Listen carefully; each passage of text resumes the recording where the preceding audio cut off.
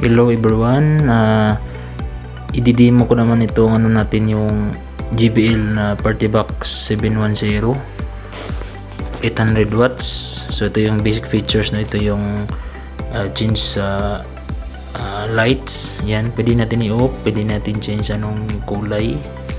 So ito yung mga basic na features sa JBL Party Box 710. May Bluetooth siya, yan. May bass boost, may kick bass at saka deep bass, dalawa. Ito yung pause and play button, ito yung volume sa music.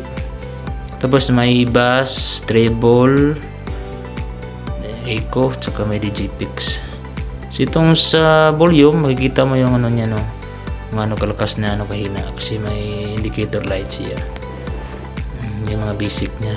Ito medyo malaki to kasi to 800 watts,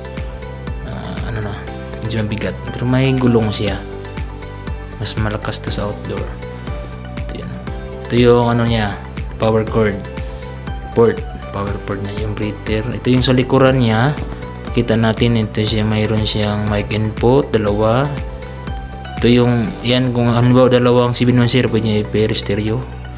Ito yung input niya rin, ito yung output, the chain.